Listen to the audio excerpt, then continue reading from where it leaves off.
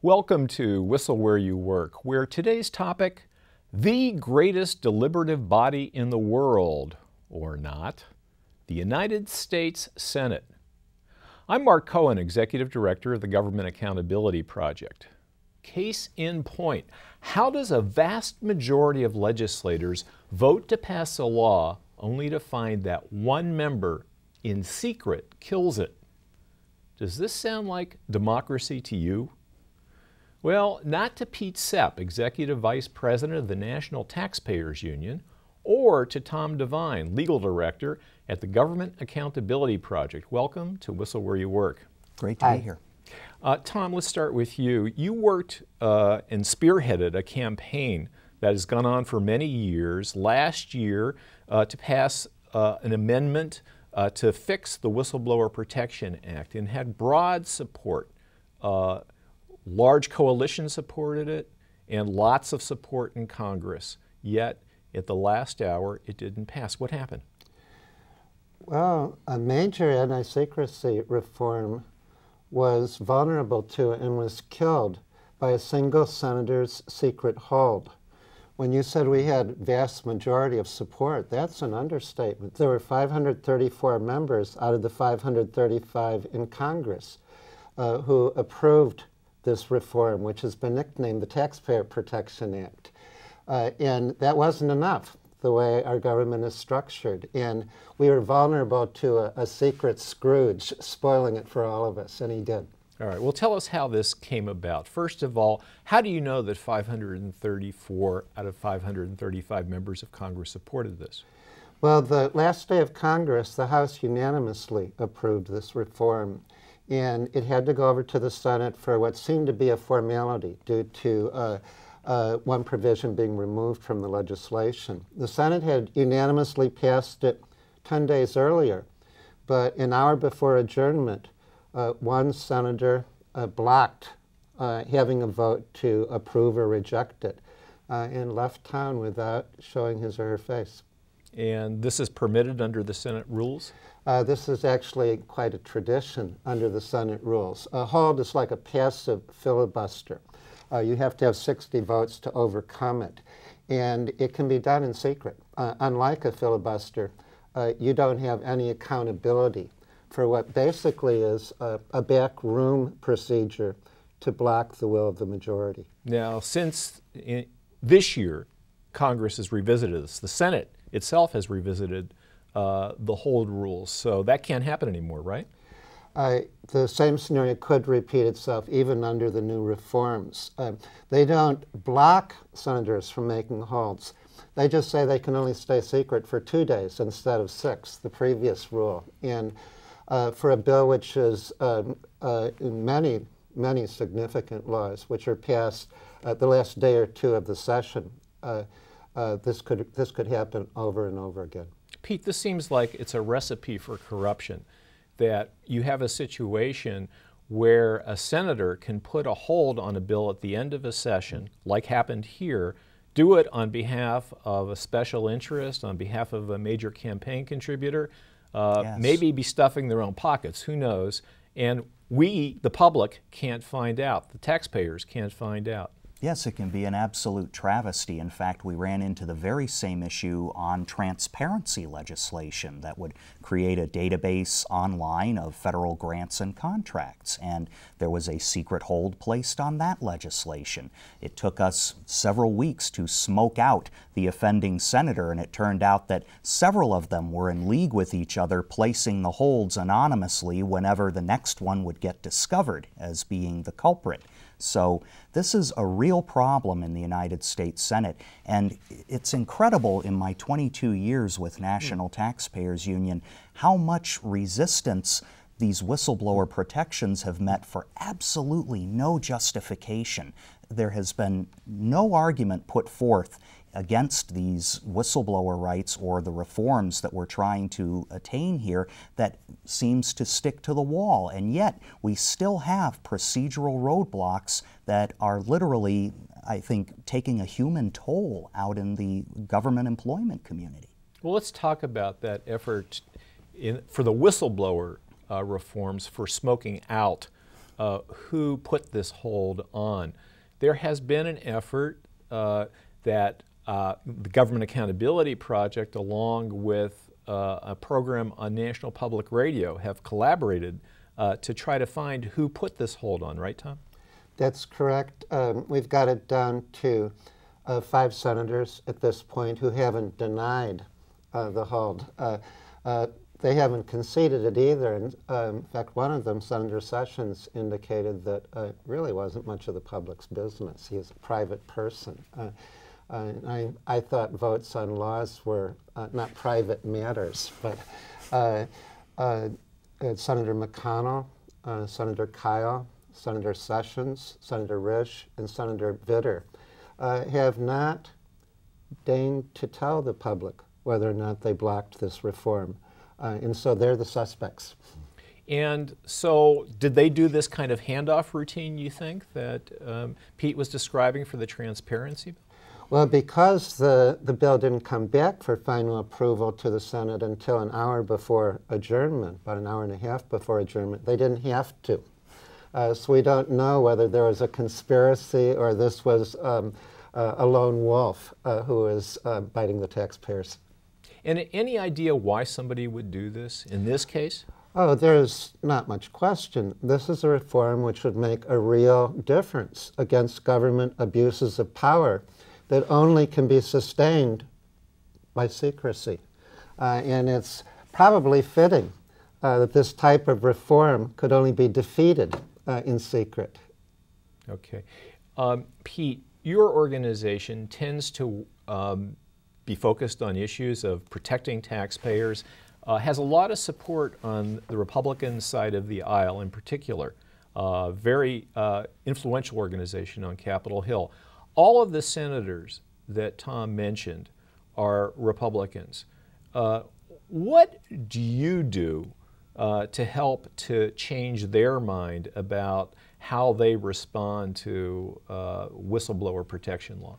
Well, first, we tell them about the history of National Taxpayers Union, the fact that we were co-founded by one of the greatest whistleblowers of all time, Ernie Fitzgerald, who set the standard for exposing wasted tax dollars in the federal government with the whole C-5 transport aircraft. We then went on to tell these senators, if you believe, for example, that the Internal Revenue Service Restructuring and Reform Act of 1998, which made tremendous strides for taxpayer rights and a more efficient tax administration system, if you felt that was a worthy legislative goal, you have whistleblowers to thank for that.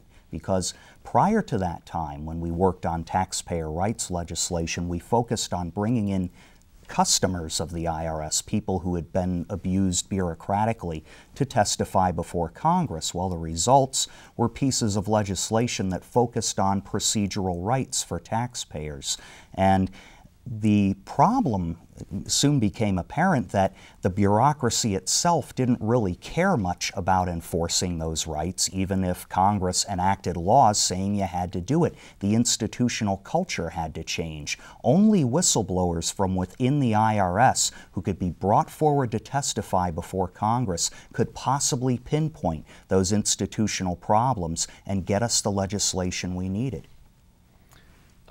So here we are, we're in 2012, you're trying to gin up a new effort. You have to start from scratch, right? We have to start over procedurally. The homework's all been done, though. There's been 6 hearings on this legislation. We don't need to do any more research or prove any more points. And with 534 out of 535 members supporting the reform, we should be just kind of completing formalities to get expeditious approval, timely approval of this law. And it'll be a real test of the new majority's commitment, whether they're in as much of a hurry to give rights so that those who defend the public can defend themselves as they are to cut the budget directly. These are the folks who are going to be responsible to enforce any spending reforms or changes that Congress enacts. And if you don't have an executive branch that has the right to keep the bad apples honest, those reforms may not be worth the paper they're written on. And how about that, Pete? The last election went off a lot on questions of government overspending and budgets and not taking care of the public treasury. Yes. And a lot of people got elected on that platform, Tea Partiers in particular. Yes. Where are they on this? I think they're coming to the sensible position that if you have to establish an infrastructure for oversight, the very first place to start is with whistleblower protections. I'm pretty confident that as we meet with these folks one-on-one and explain to them the importance of the legislation, how it's a top priority with my organization, they're going to say, this makes sense. It's time to stop delaying on it. If we want to have good, credible information, a pipeline from the executive branch to Congress that we can depend on to identify and fix the flaws of government, this is the way to do it. What kind of questions are you getting from these folks as you make your pitch to them? What kind of questions, doubts do they have, perhaps? Well, I think one misconception revolves around the fact that this is somehow granting yet another privilege to government employees that others don't have. It's precisely the opposite. Federal employees are the ones who don't have whistleblower protections, even as those protections have been put into place for private sector employees and state and local government employees. So this is really a bill whose time has long come. And so where are we with gaining passage of this bill? Is it going to happen in 2012, Tom? Well, it better happen, but I haven't seen Congress in a hurry to act so far. And it's about the time that the voters reminded these politicians why they elected them. They can pass all the new laws they want, but laws aren't worth any more than the people who enforce them. And the public servants in the government, as opposed to the bureaucrats, the public servants need the freedom to do the right thing and to respect the mandate of the last election. And it does seem that this is one of these issues where there's such widespread unanimity that everybody kind of recognizes, sure, we should empower the insiders to report waste and abuse and fraud. This is the way to ensure that we have a good government. Yet, as you observe, something happens every session of Congress, it seems, and often in secret in order to stifle this. Why do you think, Pete, it's going to be different this time, or do you? Well, I think this time we've made a lot of progress toward answering any of the so-called obvious objections to this legislation. We've also made progress, I think, in identifying those who might have some kind of secret objection to it. This whole phantom issue, for example, of WikiLeaks. Again, they're getting it the exact opposite in arguing against whistleblower protections, because if you want to stop the kind of damage from WikiLeaks, you need to have those protections in place. Well, tell me what they're saying about WikiLeaks when you talk to them. Well, one issue that was raised in the last Congress that we heard when we were making the rounds was, oh, this is just another bill to empower people like Julian Assange types who will come forward and do damage to the federal government's national security. Whistleblower? I mean, why are they wrong about that? And that's, well, it's totally ridiculous, because WikiLeaks happens because government employees feel that they have no recourse, no protection. Who wants to destroy their entire career coming forward like that to bring this information to light? And so they go secretly, they go anonymously to WikiLeaks and release this information rather than going through some protected source. Yes. Okay. The whistleblower law is specifically structured to provide an alternative to anonymous leaks to the media or to outlets like WikiLeaks. It gives you free speech rights for working within institutional checks and balances. This couldn't be more cynical way to deceive the public than trying to kill alternatives to less responsible forms of dissent. This senator may have been a secret Scrooge for the taxpayers, but he was a secret Santa for WikiLeaks. They're the only action left. It's the safest thing to do because you engage in professional suicide if you try to work through proper channels. Well, let's talk about how to work through proper channels. What should viewers do if they want to see action in the short term to reform the federal whistleblower law? Pete? Anyone watching this program who considers themselves a fiscal conservative, I would appeal to them directly. This is a bill that is absolutely in our best interests for establishing a government that's accountable to taxpayers. They've got to get in touch with their members of Congress, especially the recently elected ones, and say very simply, support whistleblower protections. Do it now. We need these things in place if we are to have progress going forward. Tom?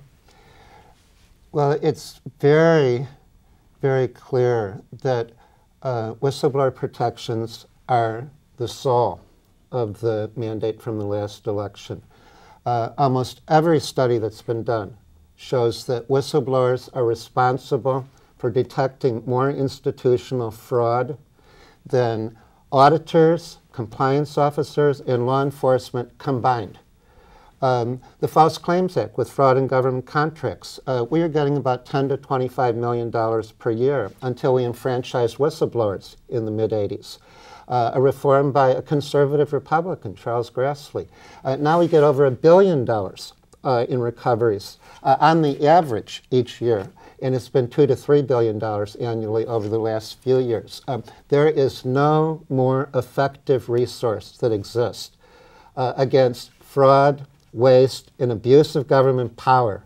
The whole keys to turning deficit reduction into reality than whistleblowers. And if these politicians are serious about fighting the debt, instead of just using this as an issue to help their political standing, then they're going to back the people who risk their careers for the campaign rhetoric. Well, perhaps with the public eye fixed squarely on the anti-democratic rules of the Senate, 2012 will yet be the year of the federal whistleblower. Many thanks to Pete Sepp of NTU and Tom Devine of GAP for helping us better understand what chicanery passes for deliberative process in the Senate and for your tireless efforts to ensure that federal workers are protected when they speak out for the common good. We'll be back in a minute with highlights from our recent conference, Employee Rights and the Food Safety Modernization Act.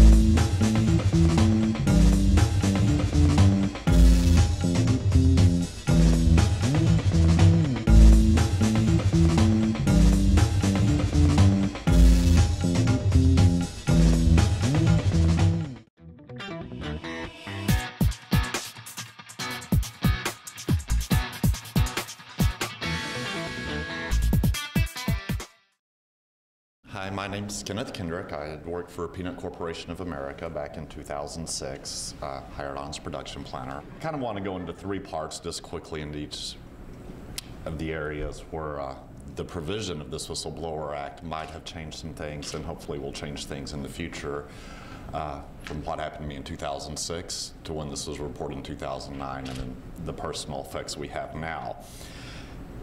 At the time when I was working with Peanut Corp in 2006, and I was only there 4 months, not exactly the kind of business you want to spend a lifetime working in for obvious reasons. Still can't eat peanuts on the airplane too well. I had came in more as an organizational person. I'd worked at a lab in the meat testing industry, so that's kind of why I was hired on with PCA, but it was more in an organizational role. Didn't pretend to be a microbiologist or have any of that knowledge, but common sense workers on the floor can tell you a whole lot when you go into a building where water's leaking on the roof and birds are on the roof, and then take a scientist to figure out bird droppings washing into a plant aren't exactly the best thing for the public health information. where this provision comes in, now I was trying to report this anonymously to the Texas Department of Health. Doing it anonymously obviously didn't carry the sort of weight it would if I could put my name and go, I'm this position, my name is this is what's going on. Had to do it that way because, as we've talked about, the companies have the money and the attorneys, and at the point I was doing this, I certainly didn't have legal fees. I wasn't familiar with agencies such as GAP and those things being out there. So as I'm sending these anonymous emails and doing things at the Texas Department of Health, didn't understand that the Texas Department of Health didn't even know the peanut plant existed in Texas, and they had never been visited. They'd been visited by the Texas Department of Agriculture and certified, so from my perspective, to be certified organically by the Texas Department of Agriculture, you have to have a Texas Department of Health license. Apparently they missed that, the Department of Agriculture. So I'm sending anonymous emails to an agency about a plant that they don't even know exists, even though there's a huge billboard pointing right to it. Peanut Corporation of America outlet store. Local health department, well, we didn't know they weren't registered with the state. Now, we didn't know they were also selling peanuts out of there to our local public at an outlet store.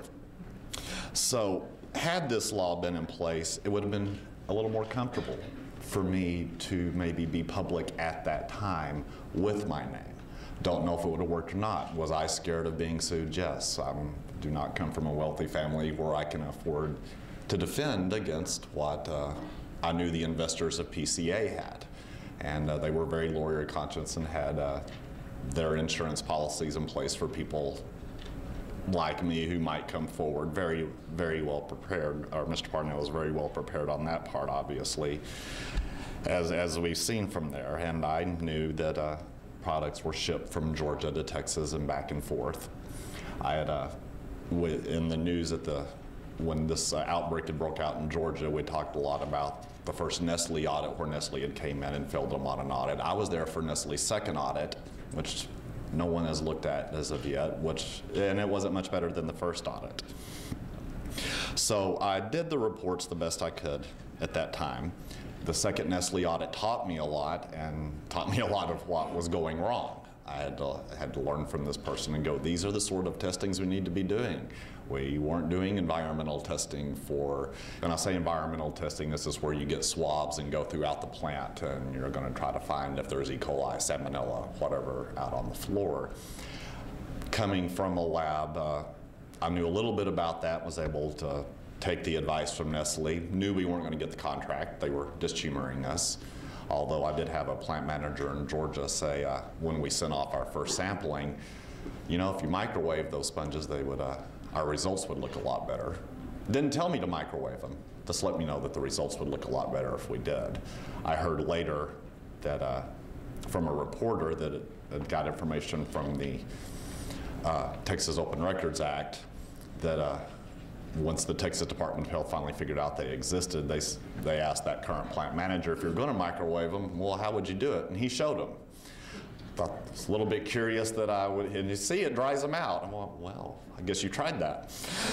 I wouldn't have known before to do that. So after not being, you know, couldn't get the appropriate attention to get someone out there and decided to move on for various reasons. I quit on my own accord and it just wasn't going to work. Didn't know the impact it would have years later in my life. But if I'd not had the fear of retaliation, maybe in 2006, we could have stopped this altogether. If somebody looks at Texas, maybe they look at Georgia, maybe some other people live. This came back and even affected my family personally, not knowing some of the contracts they got. So on my way out, the best I could do, and the plant manager that I was there with, who was an honest man at the time, trying to do his best without any money, I brought in the lab director from where I'd worked before to have what they called their quality assurance staff learn how to do environmental testing, learn how to send these off to labs. I did not realize at the time that she was training someone with an 8th grade education to be the quality assurance director for the plant. So we're talking about someone, and I'm not downplaying someone who's not educated, but for that type of position, when you're dealing with E. coli, salmonella, EB, all sorts of disease vectors, And we're not even on the GED level. This is the person we had doing environmental inspections after I left. But it was the best that I could set up at the time, hoping that things would get better, and I left and tried to move on with my life. Then, in 2009, the Georgia plant finally hits the news, and people are sick. So now I'm back on the email because I'm like, no, what we're seeing in the media is not right. There's not testing being done every hour. It was only done on request. If a company did not request what we call a certificate of analysis for the lab results, you got whatever peanuts we sent you. And it was amazing to me that there was no regular testing schedule, only if a company requested one. The reason being, too expensive, didn't want to spend the money on it. We're not going to test regularly. Now, I knew in the beef industry there's testing every hour and other things. Peanut industry, there was no such standard set that testing, need to pull a sample every hour, need to pull a sample every day. Heck, I'd have settled for that at that point. Randomly went out. I had to go to the website and figure out what the results should look like and what the standards were, because no one at Peanut Corp knew. Well, they'd get a certificate of analysis. Is this too high? Is this too low? I had to do the internet research to figure that out. So when this broke in 2009, thank goodness during my email campaigns, the Department of Health is, I'm just yelling and screaming, trying to get a hold of anyone I could. Safe Tables Our Priority was the one place that answered and kind of got me in the media at that point and got me set up with FDA investigators, which was difficult. And this is where you take the personal interest. In a million years, I never would have guessed that Peanut Corporation of America could get a contract with a big company. Nestle had done an audit and yeah, we're not buying anything from you guys. We have some standards. But somehow Kellogg's did have. And so 3 years later, I have no clue that Peanut Corp of America is selling to Kellogg's, selling peanut butter to Kellogg's. And here my family with my granddaughter, who I think the world of, and this chokes me up, and my mother-in-law were living with us at the time, and she had cancer, and I'm giving them Austin brand crackers because my granddaughter's sick. And because my mother-in-law is sick, and it was the only thing she liked. So this came back around to bite me by not being able to get attention because those crackers were tainted. To this day, my granddaughter will still go down the aisle and go, "Crackers make you sick." She's only 4 now. She was just 2 at the time. So this is where you take your personal interest. You never know when it's going to come back to bite you yourself. And that was gut-wrenching to know that she was having salmonella symptoms and I'm feeding her crackers from a company that I used to work for, going, how could anyone ever give them a contract? Of course, you had third-party people looking at it. No one's testing the final product. Wasn't in their interest to test the end product, and that was where my involvement with Kellogg's was, which was also one of the people I was yelling and screaming trying to get attention from. And once again, I think Nancy Donnelly stopped from getting there, and then she got me with Gap also, so that I was able to go public and go on television and be able to say those things. Because at the time that Georgia was being looked at and people were dying, no one was looking at Texas. It took a lot of yelling and screaming and me saying there's no regular testing as was advertised on their website going on. They tried to say there was no products going back and forth from Georgia to Texas. I'd watched those trucks get loaded and go back and forth, brought in the peanut butter from Georgia into the Texas plant. I knew it was there, or at least it happened in the past when I worked there. And so even pitching the fit, going public, still took a while to get the FDA's attention. And finally, the Texas Department of Health goes, oh, wow, maybe that plant does exist, huh? Maybe we should go out there and look at that.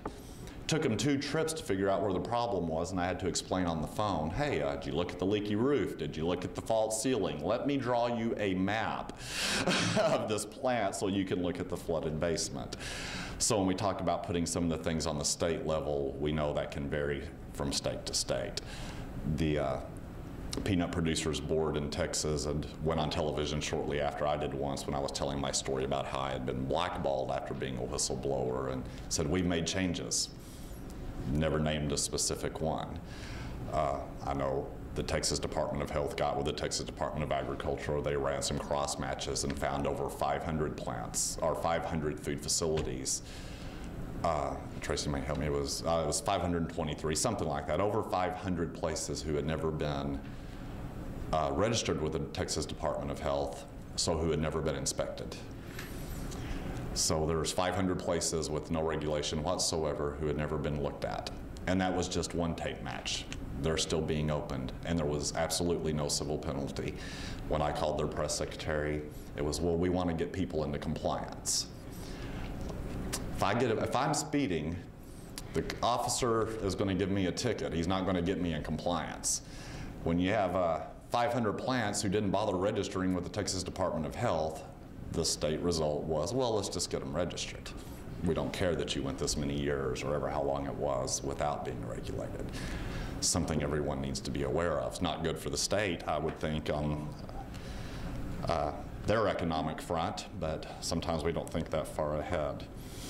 So with that happening in 2009, finally got that plan investigated, it took a personal toll with the crackers that it went through with my family, with me not knowing any better, which made me look real stupid, by the way. Here I am feeding my family stuff that came from that plant, not knowing any better. You can just picture how horrible I felt about making my own family sick, because even I couldn't have guessed that PCA could pull off a contract like that. And kind of the third thing I wanted to go into is in the whistleblower laws, is where that has affected my life now. I have literally sat in on job interviews, and I'd worked for the state of Texas in social services, sat in with private companies, said, yeah, we recognize you from the news. You're very qualified for this position, but and I've been told this directly twice, we are not going to hire you because we know you're a whistleblower. You're smart enough to know everything there is to know about this job. And if we're doing something wrong, we're afraid to turn us in. Sorry, you're qualified, but we're not going to have you. And when this broke out in 2009, I was working for a medical company. It was FDA regulated, and it was Watch Kenneth. So when I got sick and went in the hospital, they got rid of me as quickly as they could. Since then, my income's been cut in half. My family and I are looking at foreclosure. I mean, the financial, personal, family problems that have resulted in doing that were enormous. So that's where when we start getting these laws in place to protect people, because there is still a fear out there, and the toll it took on my life was enormous in doing that one. I would do it again because you have no choice. I'm not going to let people die. But without those laws in place, it has a very, and excuse me, I get emotional, a very devastating effect on the people who have came forward. And they did have reason to be fearful of doing it. The employees that were there had reason to be fearful of doing it. It took a toll on my life, and it takes a toll on the other people who report this. And you have to be careful how you do it. So I'm glad to see some legislation come through. Even with this legislation, I would have been scared not to be anonymous. But that's just kind of a brief overview of my story on what we're doing coming forward and even leaving that plant. I was glad to hear Mr. Marlar talk about the possible prosecution of some of the PCA staff. When you're the one who felt like you've done the right thing and your life falls apart, and the owner is now a consultant in the peanut industry and is financially prospering, that is something that will make you extremely angry that your life has fallen apart. And I'm one of the lucky ones that I caught it, knew enough about it to quit feeding my family those crackers. Other people died, lost much more than I can ever dream of because of it. And this man is still prospering as a consultant. And I hope the public pressure stays on there to change that. I appreciate you guys' time.